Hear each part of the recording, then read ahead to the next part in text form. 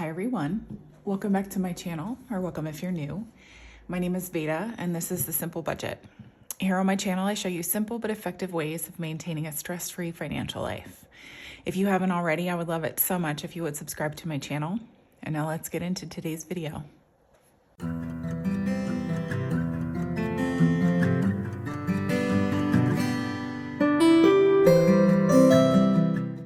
All right, well, hello everyone and happy Monday. Happy December. Happy Cyber Monday.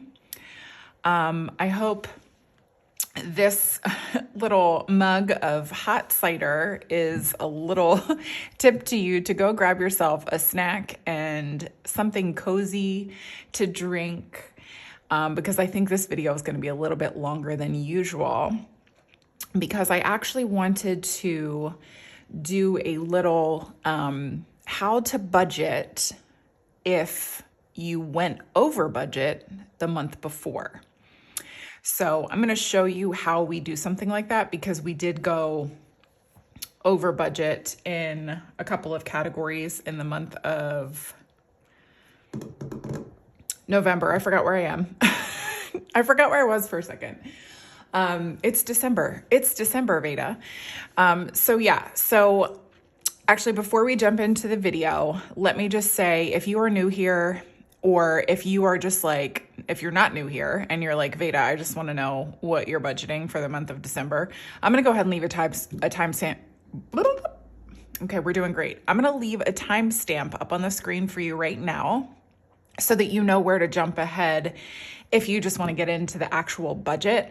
You won't miss any, like if you also especially are wanting to know how we go about creating a budget if we've gone over budget the month before, you're not going to miss that if you skip over all of my chattiness in the beginning of this video. So yeah, go ahead and skip ahead and we'll see you there.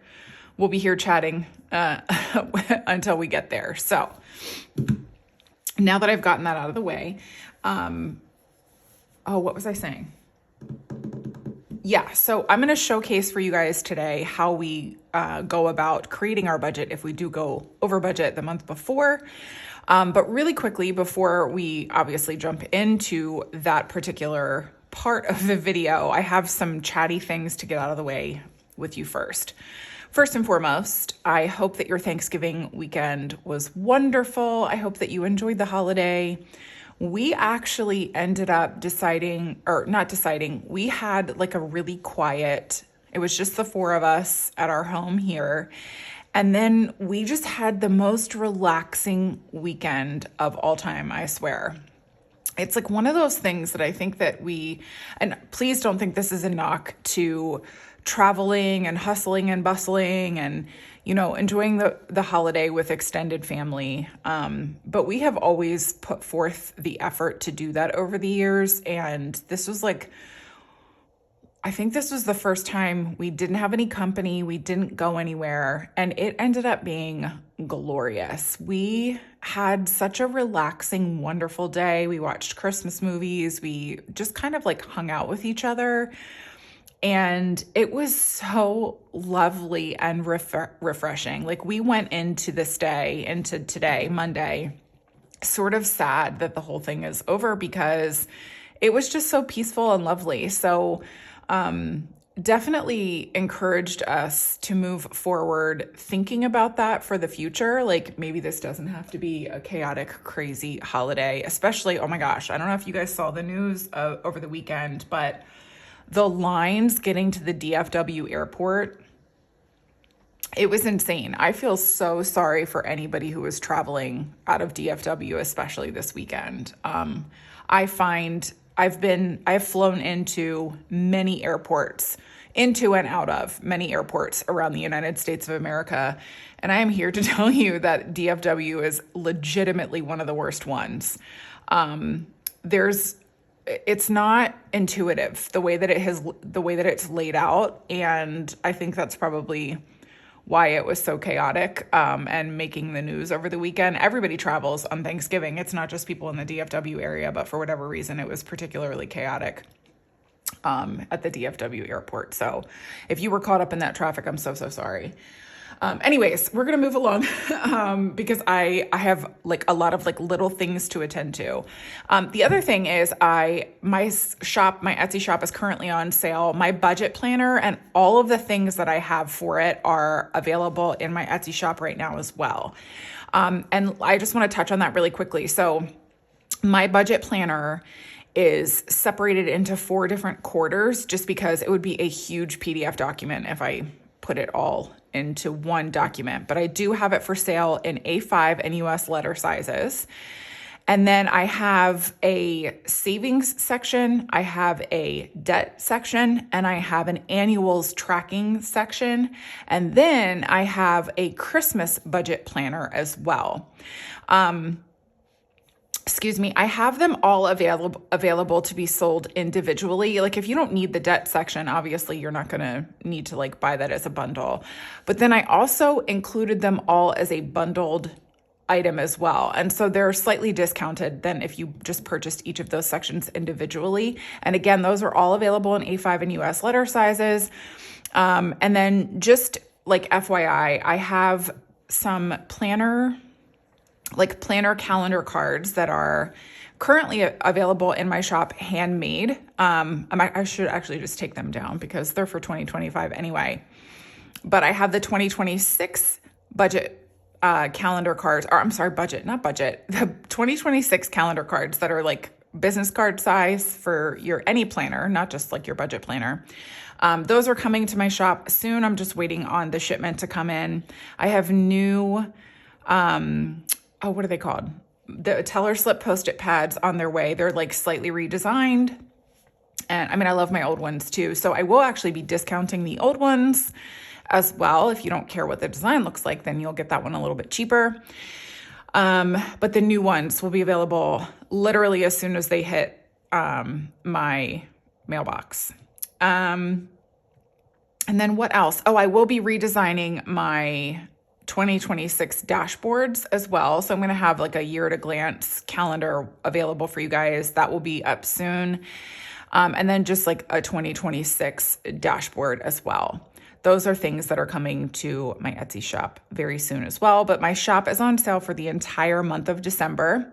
But do make sure to keep a lookout for the community tab because for those of you who don't know, my birthday is in the month of December. I am I was born very close to Christmas.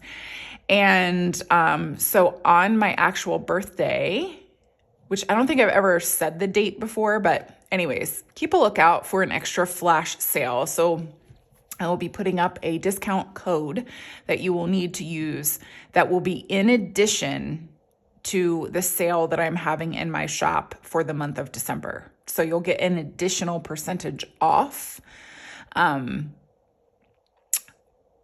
as a little flash sale for my birthday. So stay tuned for that as well. And I think, oh my goodness gracious. No, this was the other thing that I wanted to talk about. I have mentioned a variety of different cashback apps that I use in my Etsy, or I'm sorry, not in my Etsy shop, just in my everyday shopping life. Rakuten is one of my favorites, but especially this time of year. And so what I wanted to tell you guys about was Rakuten for Cyber Monday is having insane cashback. So like in addition to like Gap, for example, I can use this one because I was looking on there earlier.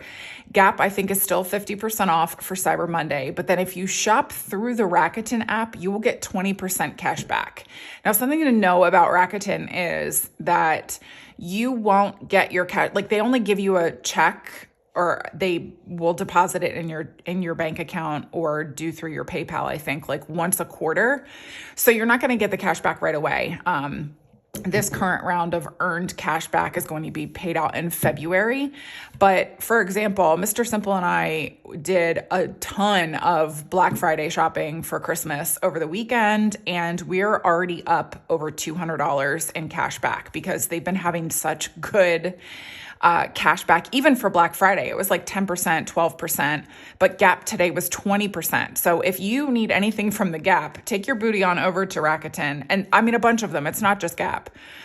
You just shop through the Rakuten app and then you will get that cash back in your account. And if you've never heard of Rakuten and you don't know what I'm talking about, I have a link down below. It is a referral link. And so I will get cash back if you use my referral link and spend a certain amount of money. So just know that, going into it, that if you use my referral link, that's like a bonus that I get, but I think you get the same bonus as well. So that's a nice little boost also into your regular cash back as well. So do check that out. And then for those of you who are always like hearing me talk about different brands that I love, Biossance is one of my favorite skincare brands of all time. Actually, I say my favorite. It's the only one I use legitimately. And my favorite serum of theirs is their copper peptide plumping serum. And they have a jumbo size of it available for Cyber Monday. Now, I already did Black Friday shopping with them, and so I don't need to replenish my my serum because I bought it on Black Friday. I didn't know that they were going to be offering this sale, but their sale is 30% off. So it's really, really good. So it's 30% off anyway, but then you get their jumbo sized copper peptide plumping serum for like an additional, like it's a really good price on it. So if you've been hearing me talk about Biossance and you've wanted to test them out, now is a really good time to do it because they're having a sale. And I think their percentage on Rakuten, their cashback percentage is also pretty high for Cyber Monday. So please don't spend money that you don't have on these things that I talk about. I am not benefited in any way by talking about these things. I literally just want to tell you guys about the products that I love that I think are worth spending money on, because I think also quality over quantity is something that we need to focus on in the budgeting community rather than just accumulating junk that it's like no good, it's poorly made, it's low quality, whatever. Spending your money wisely also means spending it on good quality things versus low quality things. But that was something that I wanted to mention. But do give Rakuten a look-see because, any purchase that you make through their app, you get cash back. It just depends on, what brand and all that sort of thing. But it's definitely worth it in my mind. Like I said, Mr. Simple and I have already racked up over $200 worth of cash back just by buying things we were already going to buy. It's not like we impulse purchased these things. These are all things that we meant to buy because they were on a variety of different Christmas lists that we were shopping from. So it's definitely worth it to check it out. And obviously you're not too late. Today is Cyber Monday if you're watching it today, December 1st, 2025. So give that a look-see. Like I said, use my code, don't use my code. It doesn't matter to me. I literally just want you to get cash back and get good deals because literally that is the point of budgeting is, spending within your means and spending wisely and shopping sales because I am all about it. Anyways, hi, this is end of the video, Veda. Realizing that I never offered an explanation to you guys for why I didn't get a video up on Friday. And that was because Mr. Simple and I had so many expenses to go over. We had so much reconciling to do. The video would have been even longer than this one is going to be. So that's why I didn't get that video up for you guys on a Friday. So I do apologize for that. But anyways, in with the rest of my chatting now. I think I've said all the rambly things that I set out to say. Yeah. So I'm going to go ahead and take a little sip of my hot cider here. This I always like to put whipped cream on top of it because I think it tastes delicious. Obviously cinnamon as well because it's cider. And this whipped cream is Mr. Simple's like homemade whipped cream. I love to bake, but his homemade whipped cream is like king whipped cream because, I'm just going to be rambly today. I am an 80s baby who grew up on Cool Whip. Like this is legit what we would put. Cool Whip was what we would put on all desserts. And then when I met Mr. Simple, he was appalled. He was like, why don't you use whipped cream? I'm like, I don't know. We use Cool Whip. I could have eaten a whole tub of Cool Whip growing up. I probably could still, in full disclosure. But whipped cream is a real food and Cool Whip is not a real food. And so once he introduced us to whipped cream, we just never looked back. So I make the pies, he makes the whipped cream, and that is the division of labor in the Simple household on Thanksgiving. Anyways, let me take a sip here. I'm so sorry. Maybe I'll cut this out if I'm too loud. All right, and put it on my sweet little Christmas tree coaster here. All right, let's do December's budget, shall we? So, like I mentioned to you guys before all of the rambling, if you skipped to this point, lucky you, I suppose. I'm going to go over with, not November, I'm going to go over with you guys what it looks like for us if we go over budget in any categories the month before. So, like I was mentioning in the chatty portion of my video, and this will I'm like lead into why we went over budget. For the month of November, we went over budget in toiletries because my favorite skincare brand is on sale right now, 30% off. And so I was like, okay, I'm actually coming close to the end of a variety of different skincare items that I would end up buying anyway. So why not take advantage of Black Friday, 30% off, and grab a bunch of things. So it wasn't so much like overspending as it was unplanned for spending, which is really overspending still at the end of the day. But I wanted to show you, because we had a couple different categories that we did that with. And so I want to show you how we handle situations like that, because that is a very real occurrence in budgeting, because you can't account for all of the curveballs that life is going to throw at you at any given moment. And so how do you move forward still wanting to stay on plan? I feel like I draw a lot of parallels between healthy eating or, dieting or whatever and budgeting, because the mindset is actually very similar. I think in a lot of cases with both situations, if you have a cheat day or a cheat meal or you fall off the wagon or whatever it is, the mentality, at least for somebody in my mindset, is, well, I've already fallen off the wagon, so I may as well just keep eating like crap now.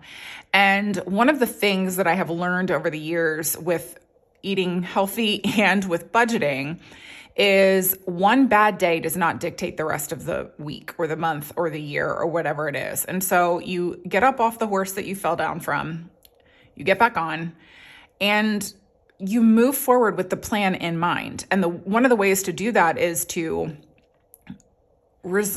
conflict resolution. You want to check into, okay, how can I undo the damage that has been done? In the case of eating, it's literally just, you go back to a healthy diet. There's no reason for you to eat bad food many, many, many days or weeks or months in a row.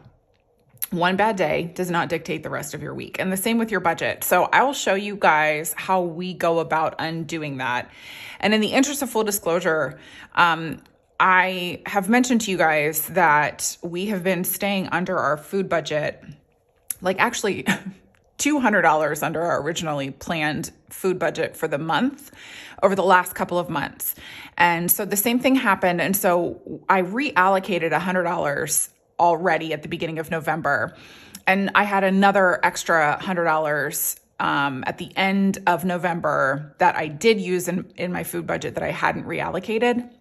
And so I did make up for my overspending by using that $100. So I'm going to move this really quickly, and I'm going to go into my notes page, which I never show you guys on my channel, but I just want to show you how we have done these, how I make notes moving forward from one month into the next. So here's the explanation. So I have some categories listed over here. I have dates, and then I had a plus sign 53 because Mr. Simple and I actually have two different Rakuten accounts.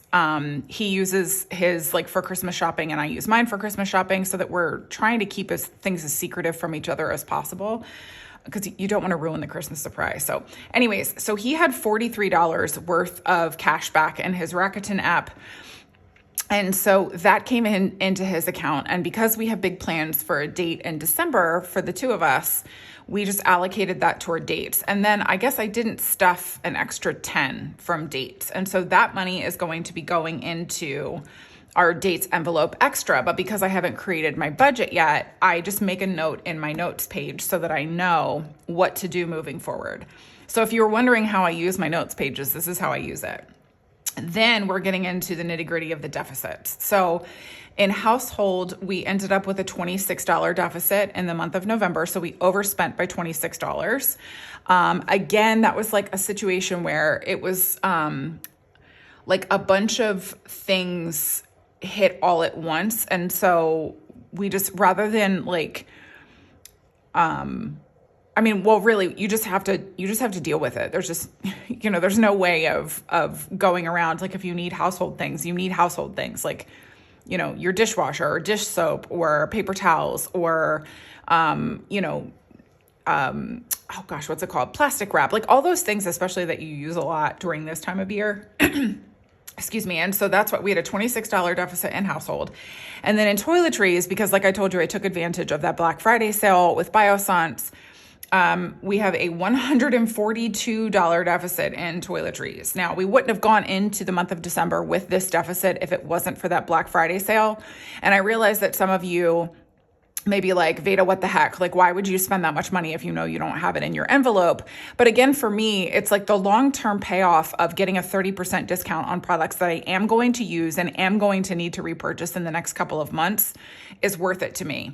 Mr. Simple and I did, and hopefully this helps you guys as well. We had a long conversation after this because it was sort of like, why don't we build up like a little mini Black Friday fund or something like that, so that when things like this happen around Black Friday, if there's a deal like this on products that we use that we don't need to replenish right then and there, but we'll want to replenish because it's a really good deal on Black Friday, that we should probably have like a little Black Friday envelope like that. So stay tuned because we'll probably be adding that into our repertoire very soon. And Dine Out is another one that we had a deficit of $15. So these are the deficits that I had to make up for this month. I don't even know what the add up here. The other thing, just in case you're interested, is I made a note not to budget for internet because we switched internet providers and we actually got the first month free. But our water budget was higher than we were expecting, or our water bill was higher than we were expecting. And so not budgeting for this actually sort of offsets this a little bit. So it kind of worked out really nicely. And so I will walk you through how we are going to cover these deficits. So like I said, I had $100 of grocery rollover from the month of November. And so I immediately got to work subtracting that compensating for these deficits. So the household deficit was compensated for, the dine out deficit was compensated for, and that left me with $59 that I could go over to toiletries with to compensate for that deficit. And so that left me with still an $83 deficit in toiletries. And so what I'm going to be doing for the month of December, we typically have a $180 budget in household and toiletries that I do between those two categories. I'm still over budgeting for groceries, goodness gracious, which you'll see as I actually get into the plan. I'm going to be over budgeting for groceries. We've been pretty consistent with the $500 a week with some left over, but I'm budgeting for $2,100 for the month of December, and that leaves me $550 for groceries. But we were budgeting $2,200. So what I did was I did $2,100 for groceries, and then I took that additional $100 that I would have put toward groceries, and I'm allocating it toward household and toiletries. So now I have $280 for household and toiletries.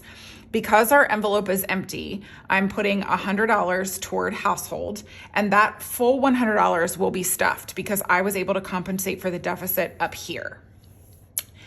The remaining $180 is going to go toward toiletries, but here's where we compensate for the deficit. Because we are cash stuffers, this is a category that we cash stuff for. So I cannot stuff 83 of this $180 that I am budgeting for toiletries. And so by budgeting this way and only stuffing 97, because I have 97 left over after I subtract the $83 deficit from the $180 budget. So then I will only stuff $97 and we'll be completely square by the end of the month. We have the ability to do this because we are technically a month ahead on our mortgage. And because we're a month ahead on our mortgage, that money just sits in our checking account. And so it gives us the leeway to do things like this and finagle the numbers a little bit throughout the course of a month, because at the end of the month, all of this will be reconciled.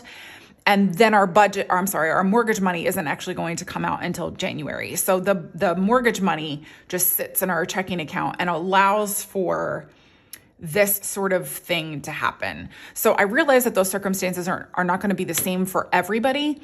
Everybody's budget, the way that you handle things, some of you budget by week, some of you budget by paycheck, some of you budget like for the month like we do. And so this is how we would handle something like that.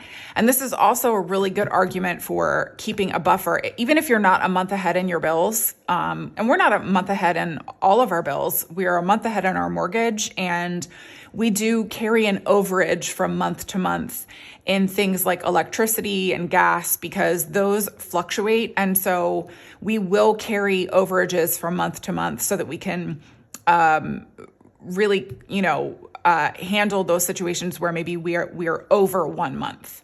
But by and large, household and toiletries are ones that are just kind of spent from regularly. And so we try to get as close as we can, but we almost never have an overage from month to month. We do roll one if we can.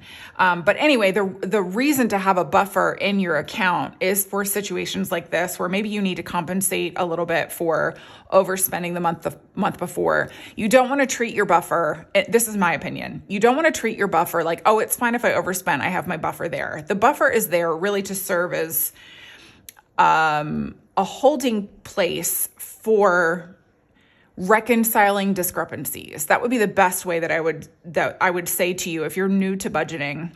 And I'm so sorry if this is confusing to you. Over the course of time, things like this and watching content like this will kind of help to bring together all of your questions and help to really get the puzzle pieces in order for you. But if you do have questions, please don't hesitate to ask in the comments. But yeah, so this is the way that we handle things like that. And the reason why we're able to do that, like I said, is because our mortgage money sits in there as sort of a buffer until all of the numbers work themselves out by the end of the month. But it's also, like I said, an argument, even if you're not a month ahead, even if your mortgage isn't sitting in there or whatever bills you don't have overage to kind of cover discrepancies like this. This is a good argument if you're at the very, very, very beginning of budgeting and you're saving up your $1,000 emergency fund. I would argue then maybe save another $250 to $500 to just sit in your checking account as a buffer until you build on top of the plan that you're creating for yourself. So that is going to be the end of that explanation for how we budget after an overspend month. And now we can actually just get into the December budget. So I will show you sort of what we're looking at for the month of December. I forgot my calendar is over here. Mr. Simple is going to be paid on the 5th and the 19th this month. I receive my Etsy pays every Tuesday. And these all just sit, we treat these as a buffer as well.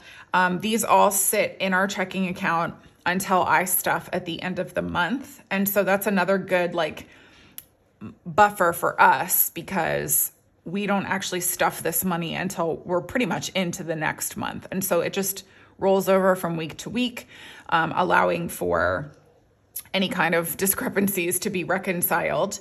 Hold on, I was going to say something about it and I forget what I was going to say about Etsy and YouTube. Oh, they are not, these paychecks, I budget them individually on the side by myself, and then I do a stuffing at the end of the month.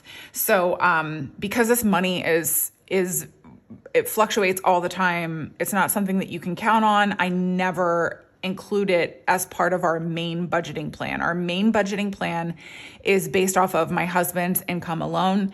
He is a salaried employee. He's paid bi-weekly, but we come up with a monthly plan because it doesn't change. His salary doesn't change. And so we can plan for the month based off of, having that consistency in place for us. So now that I have rambled on incessantly, see, you thought by skipping ahead to the timestamp that you were going to get away from my rambling, but you were mistaken. I am going to go ahead and grab out these pages and then, or my December budget overview. And I need some smooth writing surface pages as well. And then what I'm going to do is zoom you guys in and we will actually get into budgeting for the month of December. All right, guys, here we are. So as I mentioned before I zoomed in here, we only budget my husband's income. He is a salaried employee. He is paid biweekly, and his biweekly pay, well, I'll just put Mr. Simple here. His biweekly pay is $8,999.44. And so this is what we're working with. Now, we use what is called the zero-based budgeting method. And what that means is we come up with a plan for every single penny that comes into our house. I used to say dollar, but it's useless. We come up with a plan for every single penny that comes into our home. We give every single one of them a job so that there is no hiccups. There are no bumps. I mean, there's always going to be bumps in the road. But what I mean is when you are planning your budget so specifically like this, you really are coming up with a plan for all of your life need purchases. And when you're doing something like that, you really prevent a lot of the, oh no, how are we going to pay this month? How are we going to pay that month? And coming up with a plan like this is something that actually takes a little bit of time in my view. Like if you're new to this and you're sitting there and you're like, oh my gosh, what expenses am I forgetting about? One, the first and foremost, what I would recommend to you is keep a pencil and a pad of paper near you at all times, because a lot of times, if you're just kind of moseying about, living your life, doing things, your memory will be triggered by like, oh shoot, I forgot we have whatever, like horse lessons or horseback riding lessons that we didn't think of to plan for. Or if you, oh gosh, I'm trying to think of like life things that kind of came up for us. Like with Mr. Simple, he had union dues that we just didn't think about in our first year of budgeting. And so that's the first and foremost. Sometimes if you spend a lot of time and thought about the best way to create a budget plan for your family, the best thing to have near you is a pen and paper, because you'll be able to jot those things down as you think of them. So that's the first thing. The second recommendation that I make is to watch a variety of different content creators, especially when you're new to this. It really helps to see the way that people do things. People explain things differently. And so if you're watching sort of a broad swath of, different content creators, you're going to get different ideas from different people because they're going to explain something in a way that maybe you can understand a little bit better than even I can. And the other reason to do that is because you really want to try to zero in on people who have your similar life circumstances, because it really helps when you're creating a budget plan for yourself from scratch. They are going to remind you of potential categories for yourself that you have that are similar to theirs. I always use this example, I think, in my Budget With Me videos, but when I first started watching budget content, I was watching the content of a single childless woman who was absolutely lovely, but our life circumstances are very different. And so I didn't even think of a back to school category until I started watching other content creators who have children. And so really, obviously like content consumption is based off of like who you click with, which I totally understand, which is why I still watch those girls. There are two of them, by the way, who are single and childless, who I just love their content. One of them is Maria's Budgeting and the other one is Yaya Budgets. Yaya also gives me hope for the future, because I feel like, goodness, like she's already so ahead of the game as like a young, fresh college graduate. And I find that so inspiring. And I think that it is, it's something that really encourages me to keep pressing forward and teaching my kids these principles, because I would love for them to be in the situation that Yaya is in by the time they graduate college. Cause I think she just graduated. So anyways, if you're looking for some new content creators and you've never watched them before, I'll go ahead and leave their channels linked below for you. But I just love them. I think they're fabulous. So anyways, but they don't have the same life circumstances as me. And so, I really had to zero in on, some content creators who maybe do have similar lifestyle situations as me, and then sort of develop my budgeting categories based off of that. Because it really helps to, watch the content of somebody who's a little bit more seasoned at this. And I mean seasoned, you don't have to be married or have kids to be seasoned. Both Yaya and Maria are seasoned budgeters. Certainly they've been budgeting longer than I have. But seasoned budgeters who also have your same lifestyle circumstances are going to put you in a better position of making sure that you are actually tracking all the categories and coming up with all of a budgeting plan that really works for you, your family, your circumstances, and your lifestyle. So now that I have gotten that completely out of the way, I'm going to take another sip of my cider here. Sweet little Santa. I got this mug. I'm sorry, because it's not a Veda video without me giving my diversions. It's just Santa holding his little list, and on the bottom of it, it says naughty and nice, and there's a little check mark. But there are these stores. Actually, if you live in Pennsylvania and you're in the Lancaster area, it's in there. I couldn't even tell you the name of the store, but there's a ton of beautiful non-chain shops in that area that are either run by Amish or Mennonite or whatever folks. And they just sell the best home decor, clothes. Clothes, you have to really go outside of the Amish and Mennonite communities because they have very specific garb that they wear. But just in general, I love that area of the country for just cute little fun shopping. And so I got this last year when I was home for Christmas, and I was shopping with my mom and sister. So anyways, I swear I'm done rambling now. Let's jump into it. So first up, we've got the mortgage. Our mortgage has not changed. We're very fortunate in that way because sometimes it can fluctuate based off of taxes and all that kind of stuff. And so it is $2,287.09. It would be super duper nice if our taxes and things got reduced again, and maybe our mortgage could go down again. Who knows? Anyways, next up is our water bill. And like I mentioned in my notes that I took, our water bill went up a little bit higher. And so we have to budget $150 for it this month. We've also been running our sprinklers, and it's really not necessary right now because, it's been rainy here, which is lovely. By the way, if you are not a local to Texas, I never experienced this on the East Coast. It was brand new information to me, but they have to run their sprinklers to water the ground so that it's damp and it doesn't separate away from your foundation, because that can mess up your foundation. This was new information to me in Texas. And so you have to make sure that you're constantly keeping the area around your foundation damp.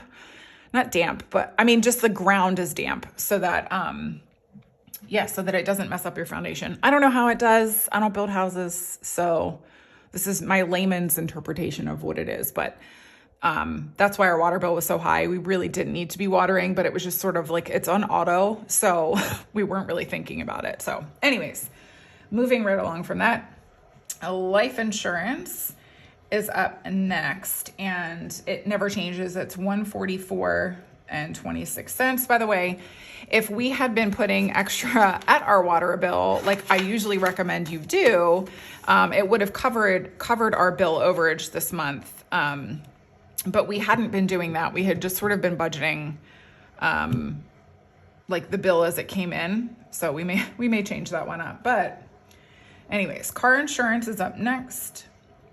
And we always put $115 toward this because there's always mild fluctuation in this one. And so in order to sort of head that off, we just put $115 toward it. And sometimes we're over and sometimes we're under, but those little discrepancies don't really matter for us. Next up, my husband trains jujitsu. This is not a priority expense, even though bills and expenses it contains a lot of our high priority categories. But we put it over here because it's an auto bill. I don't have room over here in sinking funds for it. but it's not something that we would actually ever keep in our budget if we had a financial emergency and we needed to just like go down to bare bones. Jiu-jitsu is like, the first one to go. Also, this actually comes from my husband's personal spending money. So when you see a discrepancy between what he gets and what I get over here, you'll know why. So his jiu-jitsu is $116.10 a month. Next up, we have our phone bill, and I've got to tell you guys. So Mr. Simple and I have been doing our due diligence and shopping around for different providers for different things, which is why we got a new internet service provider because it was significantly cheaper for us to switch. We were going to do the same thing with our phones, and we went in to T-Mobile, and we were so disappointed to know that it wasn't even like their top tier service. It was their middle tier service was basically going to be the same or slightly more expensive than the Verizon service we have now. So we were like, what is the point of switching? Like, why in the world would I go through the trouble of sitting there and waiting for you to switch our phones over and the whole rigmarole only for the price to either go up or not really go down at all? We were so disappointed by that. And I've had offers from Mint Mobile, like they've contacted me and offered me to have their service for like a month or whatever and like talk about it on my channel. But I don't like to enter into contracts with people like that because I don't want to feel obligated to say a thing because this company is paying me. And also, I have a real problem that Mint Mobile's front man is Ryan Reynolds because we've talked about this on my channel before. The Ryan Blake, Justin Baldoni fiasco has put such a bad taste in my mouth when it comes to Ryan Reynolds and Blake Lively. Obviously, you can tell I'm Team Justin.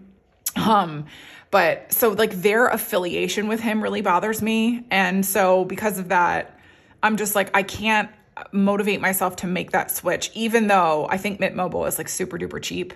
And I think one or two of you have said in my comments before, he actually doesn't own the brand, or if he does, it's he's a silent partner or a quiet, like a minimal partner or something like that. But I don't know. I can't hit their affiliation with him bothers me. So much so actually, this is a real diversion. I love John Candy. I'm an elder millennial. And so he was in so many movies that my parents watched when I was growing up. And then of course he was in Home Alone. He was in Uncle Buck. Uncle Buck's such a good movie. I love John Candy. And Ryan Reynolds and some other person made a documentary about him that his children were in. And I watched it, or I started watching it. I fell asleep because I do that sometimes. But it took, I had to overcome the idea that Ryan Reynolds was involved in it because I find his and Blake's behavior so grotesque that it took a lot for me to get over that. But then I was like, I already have the streaming service that it's on. So clearly I'm already paying him sort of indirectly by him, I guess, farming this documentary out to that streaming service. But anyways, I'm so sorry. I'm rambly Veda today, but it really did. It took some mental gymnastics for me to get over the fact that he was involved with this documentary and watch it. Cause of course I want to watch it because I think it's, honoring to John Candy. And I just found him to be interesting. And the parts of it that I was awake for were really lovely. But that's how much that's how much disdain I have for the two of them right now. And so that's why I really struggle to look into Mint Mobile, even though I know it's so much cheaper than Verizon and evidently T-Mobile. So anyways, all of that to say, I'm so sorry. My phone, we're still with Verizon and it's $125 for our phone bill. Next up is electricity. And this is one that we just sort of budget one number, wow. Okay, I can't spell.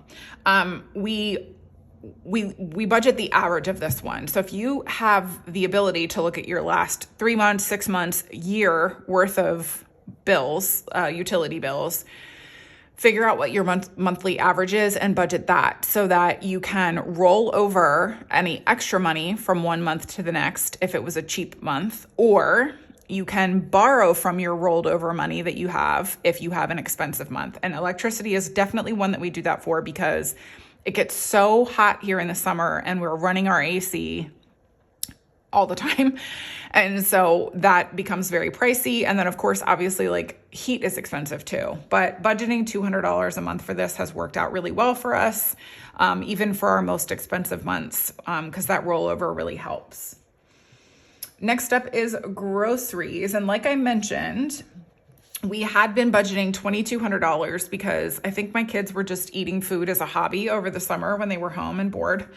And now that we are back in school and their meals are more regimented and their snacks are more regimented, I've been staying under budget about $200 for the last couple of months. And so I'm still putting $2,100, not the full $2,200 toward this. If there is overage at the end of the month, which there has been the last couple of months, we will probably adjust the budget come like January or February. And then what we've been able to do, and what I was able to do this month, like as you saw before, was able to take the rollover that I had and apply it to the other spending discrepancies that we had in our budget where we overspent. So that worked out really well for us.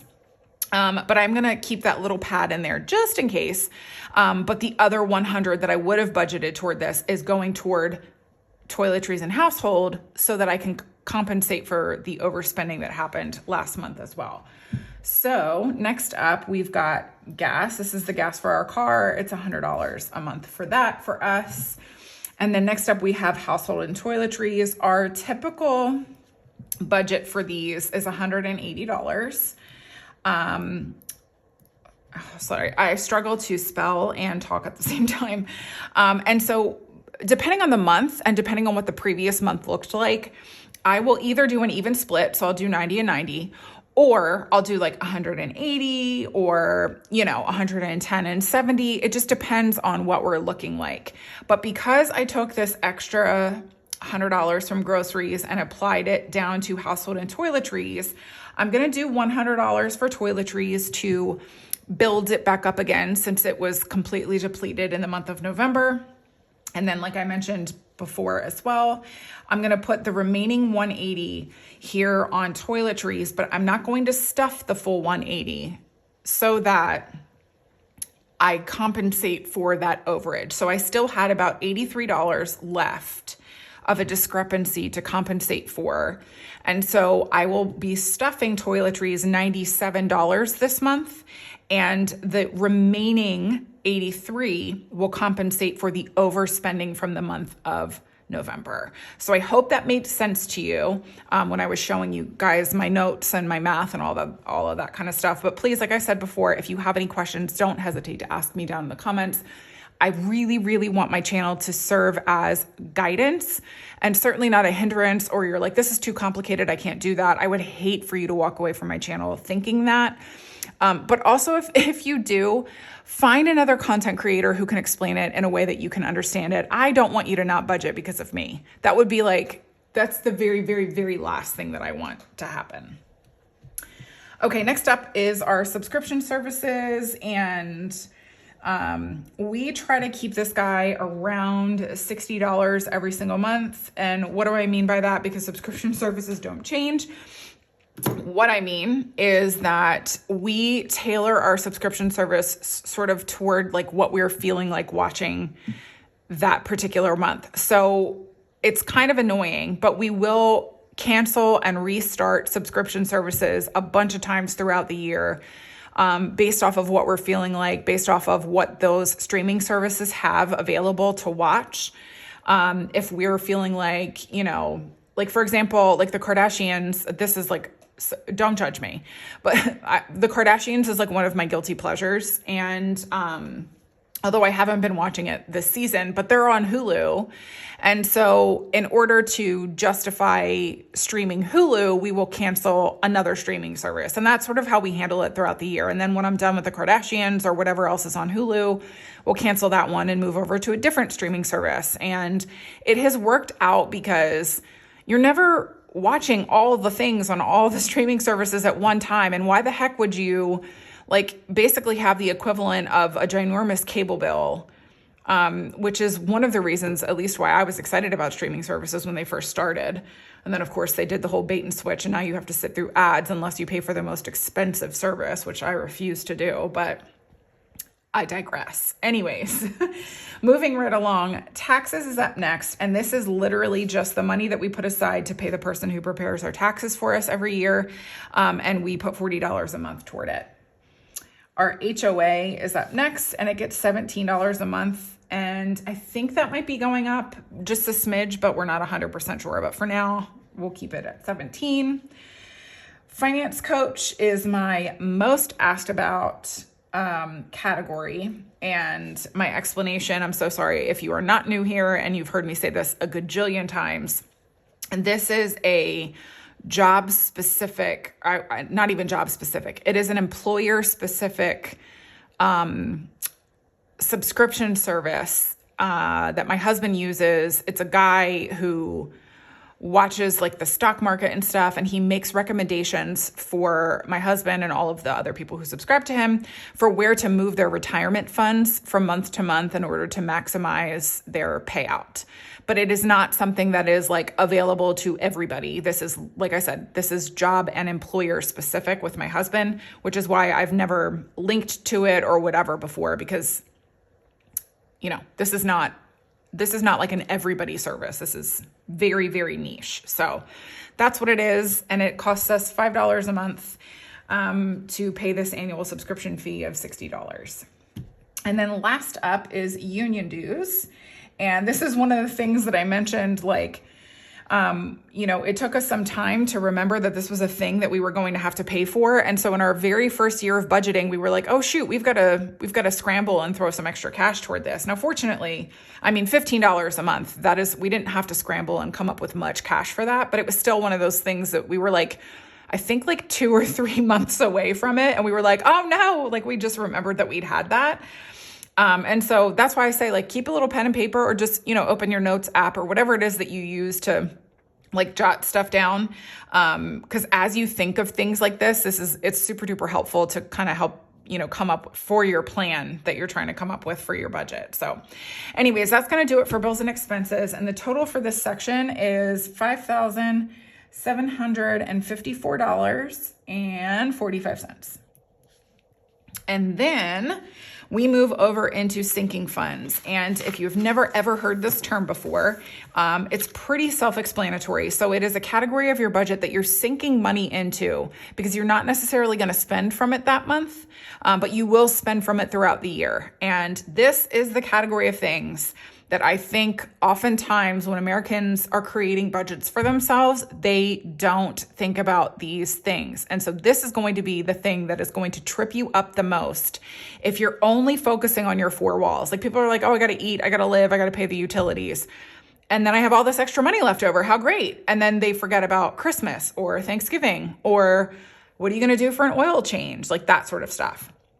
So this is another one where it helps to have a pen and paper laying around so that you can jot these things down as you think of them, especially when you're trying to come up with a new plan for yourself or a fresh plan, or you've never done this before, you've never thought about how to do this. It's good to, be jogging your memory for these things. And it also helps, honestly, not just with your bills at looking at your last 6 months of expenses, but for your sinking funds. What are you spending your money on? How do you need to control what you're spending your money on? But also, what are you spending it on that's a necessary item or necessary category that maybe you just didn't think about when you were initially, jotting down your ideas. So this is how we go about doing these. I'll kind of explain the whys of the dollar amount behind it as well. But first up, we've got car expenses. And this is the one that I'm so proud is the only category of our budget that we have never, ever changed the dollar amount ever. It is the perfect number, and it is the only one. So that will give you an idea of, how flexible you have to be with yourself. So we budget $57 a month toward this. And I know that's a weird number. $7 pays for our annual car registration. And then the other $50 we use as savings for things like an oil change, a car wash, changing a tire if it blows, replacing a tube or a wire. I don't know the car words, you guys. So you're just going to have to put up with Veda, who knows nothing about cars. But in so doing, over the last, 2.5, 3 years that we've been budgeting, 3 years, we have built up a nice little mini emergency fund specific to our car that we can use to supplement our main emergency fund if something really bad happens, like if we've got to replace the transmission or something happens with the engine or whatever. The money that we've saved up for this will serve as a buffer for our main emergency fund. So for this, for example, over the last 3 years, we've managed to save $750, despite the fact that we get semi-regular oil changes.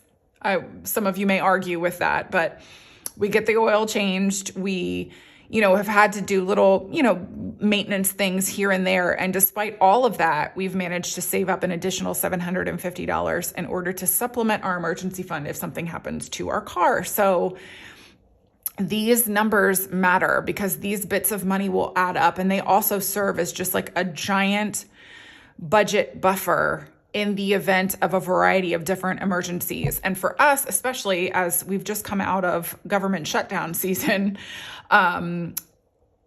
this is like another source of holdover income if, the shutdown had gone on much longer than it had. It's like, oh, okay, we have our emergency fund, but we also have $750 in our mini car emergency fund.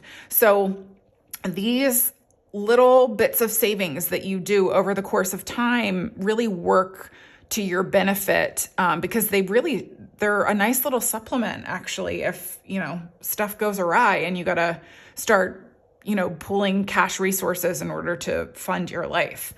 And so that's just first with car expenses. Everything else we've had to change the numbers over the course of time. It just is what it is. Home maintenance is one that has fluctuated a lot. We've been putting $100 a month toward it for the last several months, and I think that's a really good spot for us to sit because we have many more expenses that come out of home maintenance related things than I think we originally accounted for. So we put $100 a month toward it. We really tapped into it for the month of November. So I'm going to go ahead and supplement it an additional $25 for the month of December. I know these don't seem like crazy high dollar amounts, but that's the beauty of budgeting is you sort of you ebb and flow along with the process. You really have to be flexible and, be willing to deny yourself the extras in order to make sure that your necessaries are really taken care of.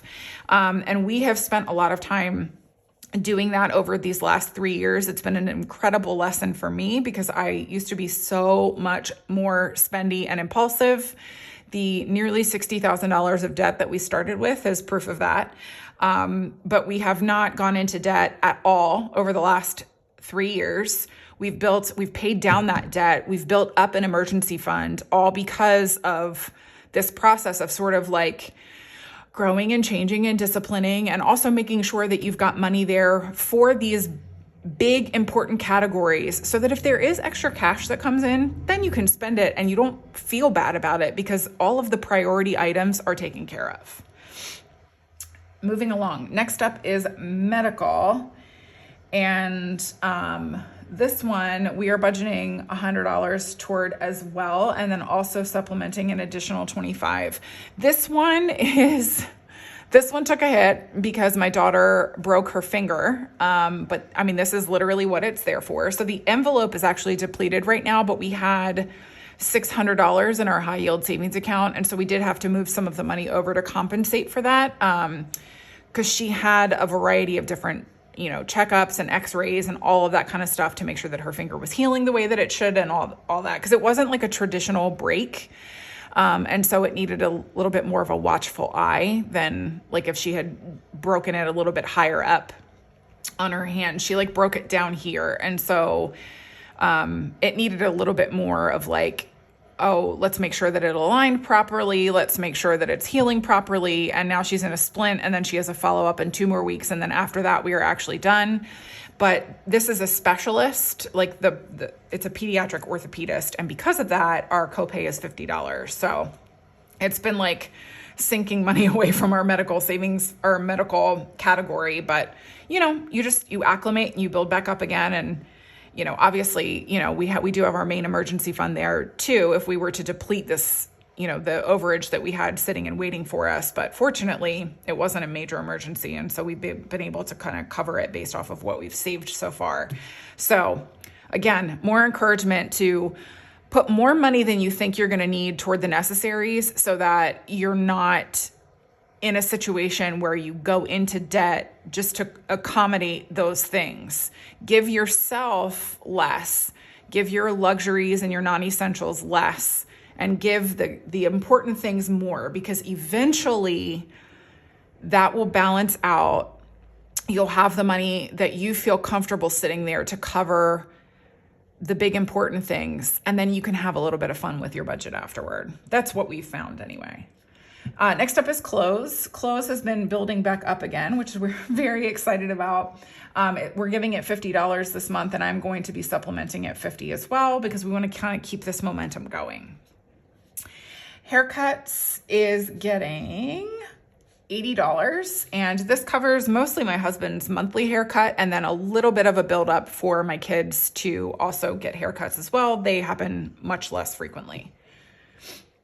His is up next, and this is my husband's spending money. He gets $50. Remember that I said jiu-jitsu is covered by his spending money as well. We just separate them because it helps to kind of have them separated into different categories.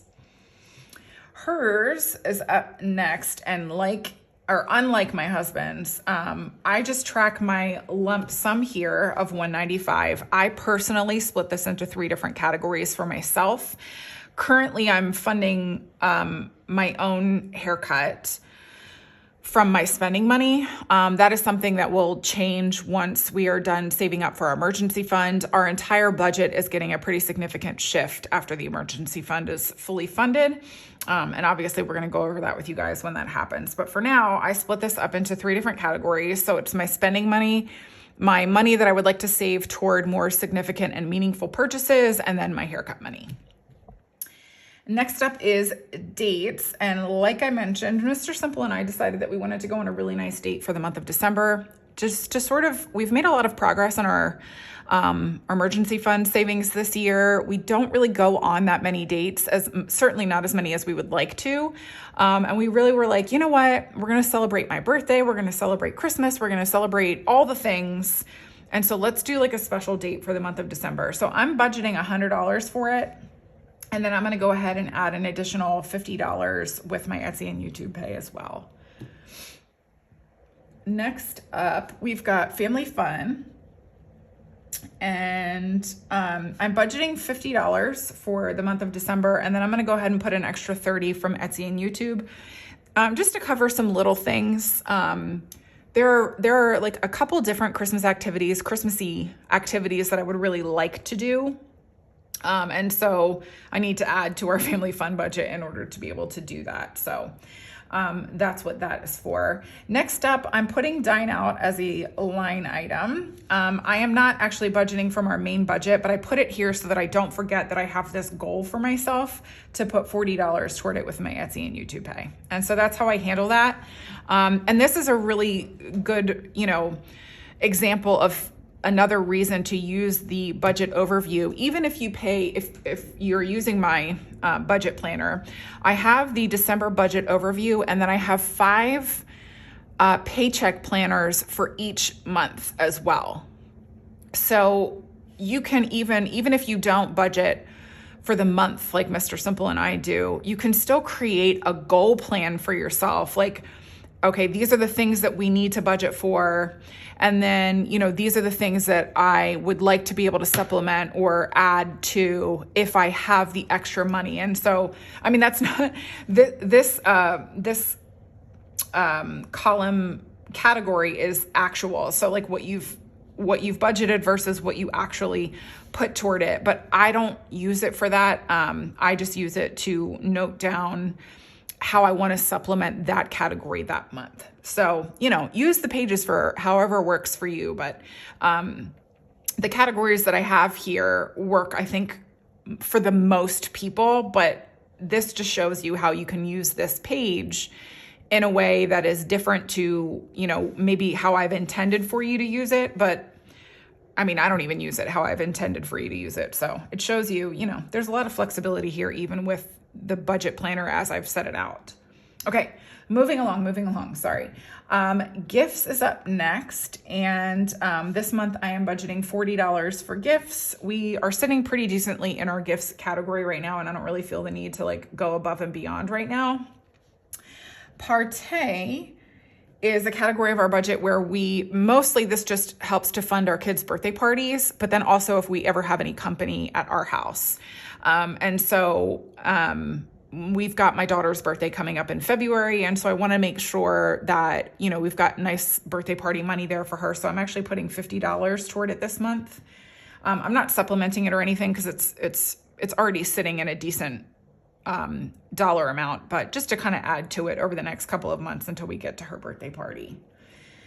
All right, school things is up next. And this one has taken such a hit because my son had a dance. There were some what are they called? Book fairs. I just felt like everything happened in the last couple of months, and this envelope is not sitting where I want it to be sitting right now.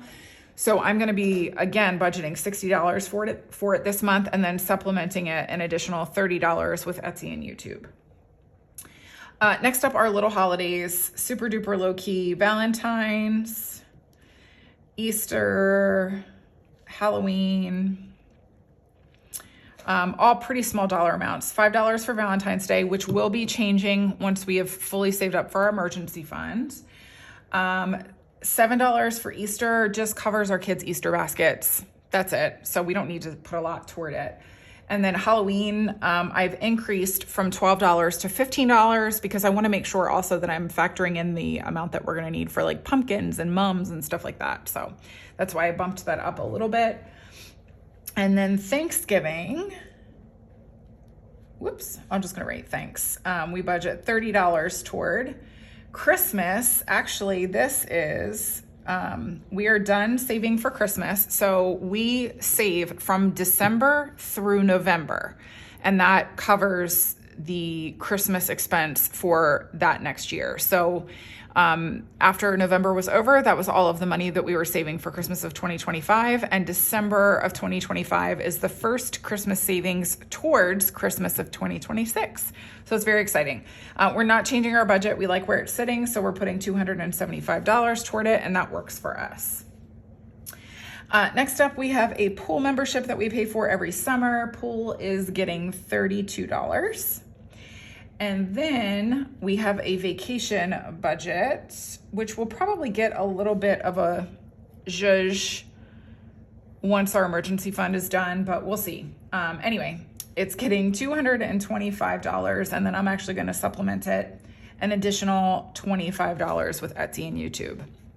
And now I have another category called Eat Dessert First, and we're going to have a little chat about this one, because I have been saving for it over the last couple of months. And for those of you who may be new here, Eat Dessert First is a category of our budget. We hosted a dessert charcuterie open house at our house last year, the weekend after Thanksgiving, actually, or the weekend of Thanksgiving weekend was when we hosted it. And it was lovely and wonderful. And we were like, this was so much fun. Let's do it again next year.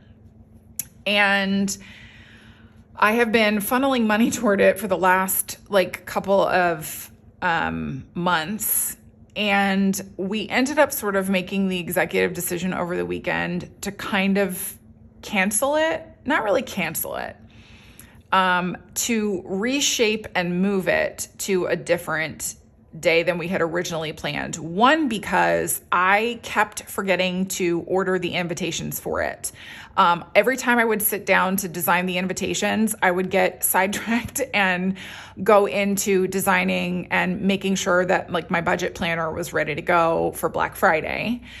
And so I just kept like putting off designing the invitations and ordering them. And so by the time I actually was like committed to sitting down and doing it, it would have only given people like 2 weeks for when we had originally planned to make this party. 2 weeks notice. And I like to give people like a full month, just so that, there's no competing plans and things like that, because we like to obviously have the most people coming to this party as possible. Because it's something that we invite like nearly all of the neighbors who are in our immediate area. And then, my husband's work friends and other family and stuff like that. So it's like a big thing. And 2 weeks out was just not enough time. And then we toyed with like changing the date around and all this kind of stuff. And then ultimately what we ended up deciding on, a neighbor friend of ours had mentioned in passing, hey, we should do something on New Year's Eve, because another one of our neighbors sets off fireworks and it's like this big thing. And so then Mr. Simple and I said, why don't we just invite a smaller group of people to the house on New Year's Eve for like a really cozy, delicious dinner. I make a crab and broccoli soup that is an old family recipe, that everybody who tries it loves.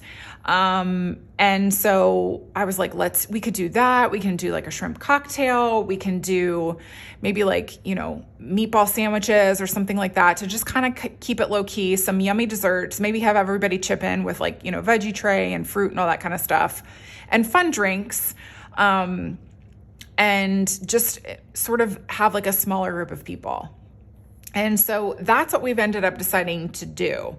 But in the interest of making sure that it is still funded for next year, I'm not budgeting it from our main budget this year, but I am going to supplement it with Etsy and YouTube money, because that's sort of how we've been budgeting it to this point anyway. And so I know that's what we're going to settle on this year. So we will use the money that we've already saved for this category to fund the new plan. And that's what we're going to do. And I'm actually really excited about it. And part of what drove this decision, honestly, was how much we loved our very quiet Thanksgiving holiday. It was just us, and we played games together and we enjoyed each other's company. And I was sort of like, let's make this holiday season sort of about that too, like the Christmas season. And rather than like planning this big loud event, we can do something a little smaller, a little bit more intimate, and have a bigger impact, and do like a bigger meal for a smaller group of people that we have closer relationships with. And so that's what we ended up deciding to do. So it was a little bit different from the original plan that we created, but we've got the budget there definitely to be able to do what we want to do for this New Year's Eve thing anyway. And so I think I'm like more excited about that. I definitely love to host, and I love having a house full of people, and I love when it's loud and there's music and people are enjoying each other's company. Don't get me wrong. Like I will miss having that aspect of it from that night, but I actually really like this plan a little bit more for just the theme of what this holiday season has ended up being for us in our house. So anyways, that's why we've diverted away from the original. But to get back to the budget itself, the total for our sinking funds section for this month is $1,521. And then my goal savings from Etsy and YouTube for this month is going to be $305. And now we don't have debt. Moving down into our savings section, we have 3 categories that we save for. One of them is our emergency fund. And then we have investment accounts for our son and daughter, and we contribute $25 a month to those. And I say this every time, I'm a broken record. You would be surprised what $25 a month can do. So if you can find a way of funneling $25 per kid a month toward an investment account for them, it will make such a significant difference in building wealth for them for their future. We're so excited about the potential of this, even for when we're done our saving up for our emergency fund, and also kind of, teaching them and guiding them through their own financial decisions the second they start earning money. So anyways, moving along from that, after the bills and expenses, just over $5,700, and the sinking funds, just over $1,500, and including the $50 here for our son and daughter's investment accounts, we have $1,673.99 to put toward our emergency fund. Our goal amount every single month is always $2,000. And so in order to be able to achieve that, I have to add an additional $326.01 from my Etsy and YouTube income in order to facilitate getting us to $2,000. Sometimes we hit it, sometimes we don't. We don't fuss about it. We are not building our emergency fund with the same intensity that we paid our debt down. It's just one of those things that we have made the personal choice not to be as aggressive with it, because we really wanted to round out our budget a little bit more over this last year. Oh, that's my, it's my washer. Got to multitask. Anyways, I'm going to zoom you guys back out and we will finish out this video. All right, you guys. Well, thank you for hanging in there with me for today's very, very, very, very, very long December budget with me. I hope you enjoyed it. And if you did, I would love it so, so much if you would give me a thumbs up and leave me a comment down below. Just another reminder that my Etsy shop is on sale for the entire month of December. It's 20% off, and it's a really good time to snap up some budgeting goodies, especially if you are going to be starting afresh in the new year or starting brand new first, like ever, creating a budget. I hope that the things that I have in my Etsy shop help to spur you on and move you forward toward your financial goals. That is my number one goal with my content always. But remember that if you can't afford anything in my Etsy shop, that all you need is a pen and paper to create a budget. And the only thing you need for envelopes are a box of envelopes that you can get from the Dollar Tree. Don't let the cute things or the lack of cute things motivate or detract from your motivation to achieve your financial goals. You don't need any of the bells and whistles in order to have success with this. You don't even have to do cash stuffing. You can just keep everything in your checking account and do it digitally. That works too. There are lots of people out there who sell like a spreadsheet,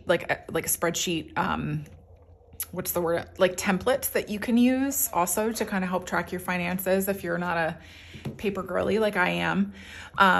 But yeah, don't let not having all of the fancy things detract from your experience. The goal here is financial success. The goal here is financial peace. And you don't need anything fancy in order to achieve that. And so I hope that you feel encouraged from my content, regardless of whether or not you have all of the bells and whistles that are associated with this community now. I feel like we've gotten so caught up in having the pretty things that we're losing sight of what we're here for. So don't lose sight of your goals. You don't need anything to achieve them, but simple things that you can get from the Dollar Tree. So anyways, I will pop down off of my pedestal now. I hope that you guys have a wonderful rest of your Monday. I'm going to be back here with you guys again on Wednesday, actually, for my Etsy and YouTube cash stuffing from the month of November. So I hope you guys are looking forward to that. It's always a fun opportunity for me to be able to say thank you to you guys for being part of my channel, supporting my Etsy shop, and just being a wonderful community here, and sort of like a fun little resting place for me throughout the year as well. So thank you for just being here and supporting me always. I really appreciate you guys so much more than I think I ever really am able to articulate. I don't know why all of a sudden my voice decided that it was just going to give out, but here we find ourselves. Anyways, I hope that you guys have a wonderful rest of your Monday, and I will be back here with you again on Wednesday, like I said. So you have a good one, and I will see you then. Okay? Bye, everyone.